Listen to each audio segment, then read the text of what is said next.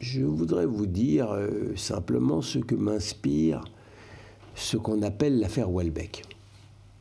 Alors, évidemment que M. Houellebecq, d'ailleurs il le reconnaît lui-même, il aurait pu un peu mieux exprimer sa pensée, sauf que ça tombe bien, lui, il est écrivain, et là c'est un dialogue qui dure je ne sais pas combien d'heures avec mon ami Michel Onfray, donc, et qui n'a pas été relu. Donc effectivement, lorsque vous parlez au bout de 2 heures avec quelqu'un, ça n'est pas pareil qu'une phrase écrite et relue. J'ai vu que Houellebecq ensuite avait décidé, après les bons services et les bons loyaux services de mon ami le grand rabbin de Paris, Chaim Corsia, de s'entendre avec le représentant de la Grande Mosquée de Paris. Je l'ai parfaitement compris. D'ailleurs, je voudrais dire que la Grande Mosquée de Paris est parfaitement dans son droit, était parfaitement dans son droit d'ester en justice. Hein.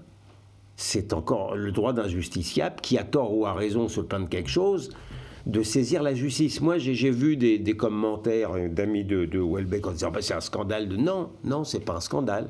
Quand vous pensez justement que c'était une phrase critiquable,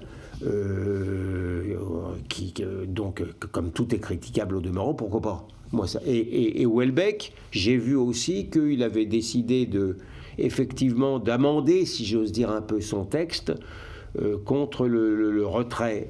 Rien ne me choque là-dedans, sauf que, et je m'en doutais bien, ça n'arrêtera pas la justice, puisque d'autres associations ont remplacé, si j'ose dire, la Grande Mosquée pour saisir la justice. Donc si le but de Houellebecq était d'échapper à un procès, c'est raté.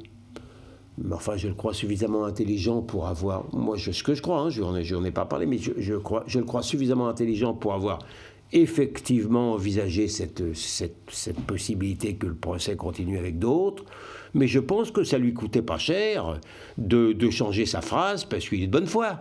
Tout simplement parce qu'il est de bonne foi. Il n'est pas allé à Canossa, il n'est pas allé à récipiscence. Il dit voilà, à qui ça n'arrive pas de pouvoir un peu mieux ciseler les choses. En général, je vais vous dire quelque chose. En général, et je le dis pour Houellebecq, et je le dis pour Dacier, je le dis pour n'importe qui, en général, moi personnellement, je suis incapable d'essentialiser les gens, et en général, il vaut mieux pas être dans les généralités. Voilà. Donc, mais quand vous parlez, au bout de 2 heures, oui, ça peut arriver. Hein. Bien, ceci posé, pourquoi j'ai été très agacé par le scandale Houellebecq ? C'est ça que je viens de dire.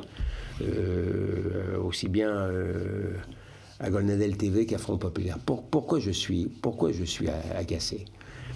C'est là encore une fois la différence invraisemblable de traitement entre, d'une part, Michel Houellebecq et le traitement par la presse, par la presse progressiste, entre le sort fait à Houellebecq. Vous vous rendez compte que pour Houellebecq, vous avez Yael Gauze, l'éditorialiste phare de France Inter, qui se permet d'expliquer qu'un retour de l'ultra-droite horrible, c'est ce qui va déferler sur la France, c'est horrible, vous avez vu ce qui s'est passé, etc.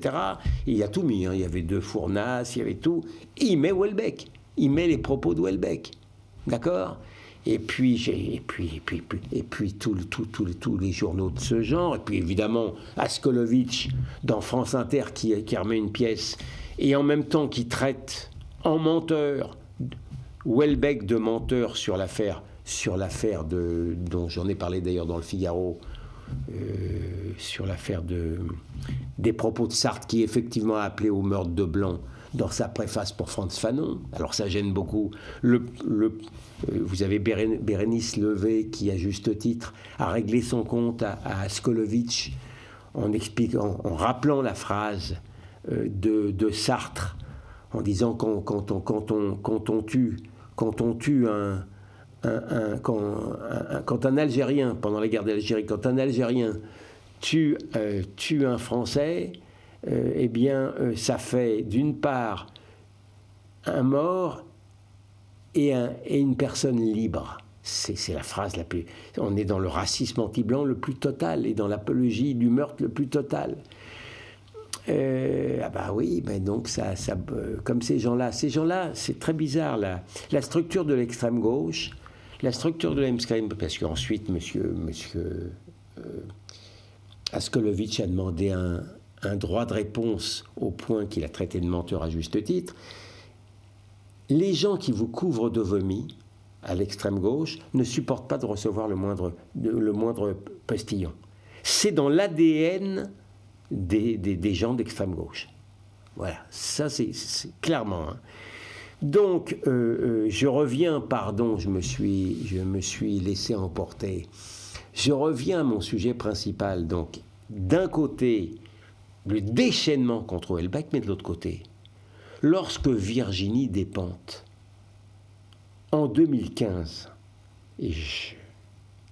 a fait des déclarations, c'est quelques jours après le massacre du Bataclan. Quelques jours. Les pauvres gens du massacre du Bataclan, ils dorment à peine dedans la terre froide. Ça vient de se faire.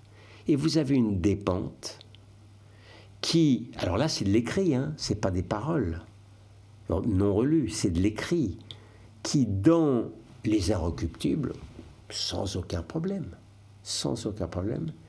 explique qu'elle a aimé.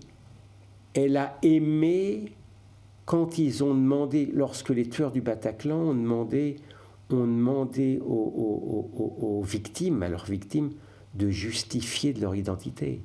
Elle les a aimés. Et puis, il faut comprendre, elle les plaint non seulement, elle fait l'apologie de ces gens-là, mais elle les plaint. Elle dit, mais vous croyez pas quand même comme ça qu'ils auraient accepté d'être traités toute leur vie comme des victimes, hein, pendant que vous allez faire votre shopping. Il y a une détestation de la population française. Et toujours, c'est ce qui caractérise, si vous voulez, le nouveau racisme anti-blanc. C'est d'un côté la détestation du blanc et d'autre part la formidable bienveillance par rapport aux radicals musulmans. C'est dans les deux sens. Eh bien, cela, ces propos-là, cette apologie de la haine raciste,